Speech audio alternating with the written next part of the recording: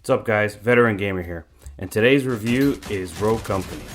This game, which was released originally late 2020 for PC and Nintendo Switch, it eventually made its way to the PlayStation 4 and Xbox One, and most recently they just had an official PlayStation 5 release. For those of you that don't know, it is a 4v4 competitive game that can be described as nothing else other than that it is a casual Counter-Strike / Valorant game. This game, which is much like Overwatch and these other games, are a character-driven game where as opposed to Counter-Strike and Valorant, where there's a shared loadout and the only variable is the abilities of the characters themselves, in Rogue Company, every character has their own loadout. And therefore, the weapons are different, the perks are different. Everybody has your own loadout, which makes them feel unique and fantastic. On top of that, every round of this game starts with a buy menu. A buy menu is similar to that of Valorant and Counter-Strike.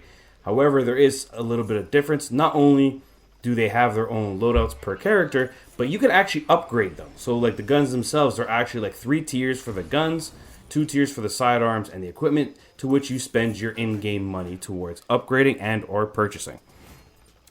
On top of that, the game itself features 3 modes.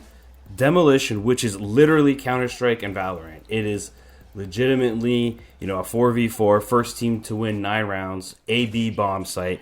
If you've played those games or you know what those games are, this is exactly what it is. The only difference is you can revive your teammates. The other mode is Strikeout. Strikeout can be none other than compared to Call of Duty's Hardpoint, where both teams fight over a single objective with respawns.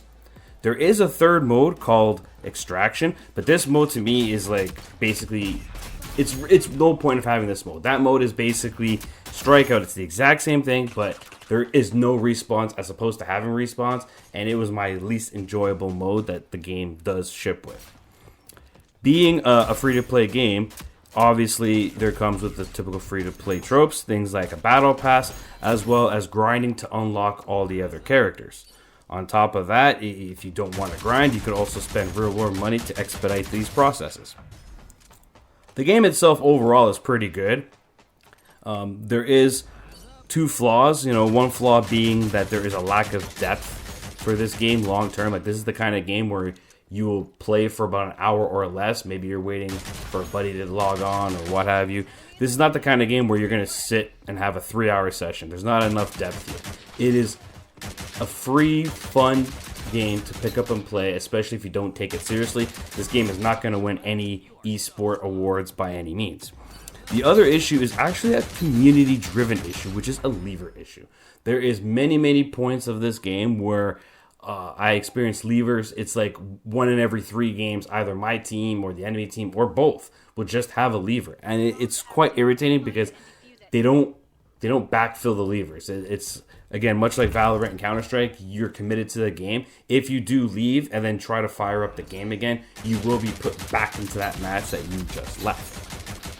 On top of that, the overall performance of the game, it's good. It runs at 60 frames per second. The visuals are nothing special. The characters do have their own identities and their own little perks exclusive to each character. But as I said, this is a game that is a fun pick up and play game that's free. And I can't stress that enough. If you're just looking for some fun, casual, you don't want to try, maybe you're interested in a game like Valorant, but Valorant is too competitive for your liking, this is a game that might be up your alley. Again, it's not hard to get into. There is a tutorial. It's free to play. The only thing is like you only have like a handful of characters to start with, and you have to unlock the rest, which you either grind for or spend real world money. In any case, I recommend this game to anyone who wants to try it. I will personally give this game a 6 out of 10. It's free to try. Give it a shot. I'll check you guys next time. Peace out.